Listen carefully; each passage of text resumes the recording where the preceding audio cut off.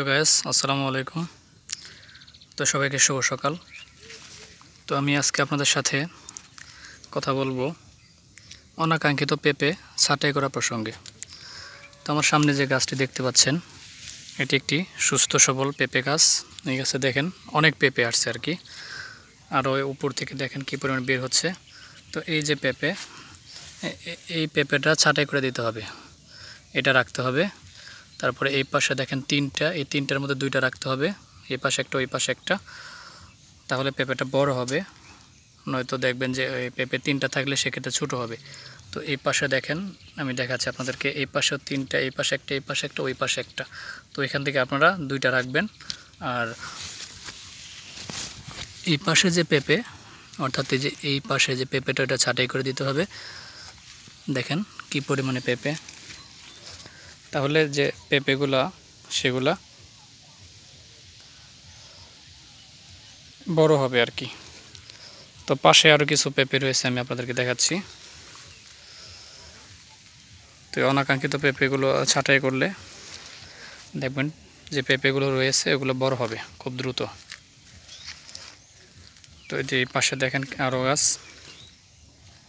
এই তো দেখেন এই পাশেও দেখেন অনেক পেঁপে। তো আমি আপনাদেরকে দেখাচ্ছি পুরো গাছ। তো এই পাশে দুটি, তিনটি, এই পাশে দেখেন তিনটা, চারটা। এখান থেকে এটা ছাঁটাই করে দিতে হবে, এটা ছাঁটাই করে দিতে হবে, এইটা আর এইটা রাখবেন। তাহলে দেখবেন পেঁপেগুলো বড় হবে এবং সাইজ হবে খুবই সুন্দর।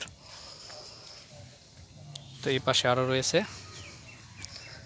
এই দেখেন, এটা দেখেন কি পরিমাণে পেঁপে।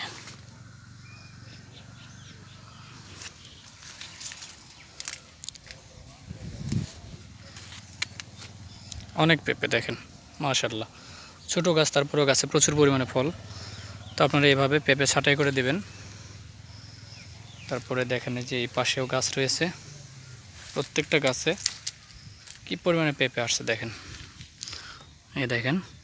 তো এই পেঁপেগুলো ছাঁটাই করে দিলে দেখবেন প্রত্যেকটা পেঁপে বড় হবে আকার এবং সাইজ হবে সুন্দর,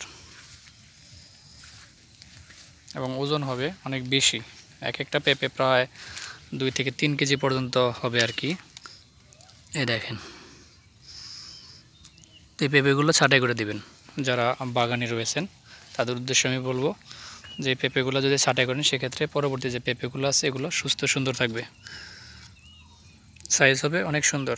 এই দেখেন।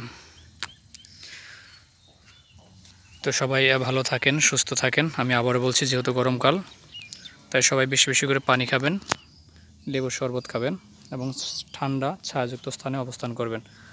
ধন্যবাদ সবাইকে। আজকের মতো এখানে শেষ করছি। আল্লাহ হাফেজ।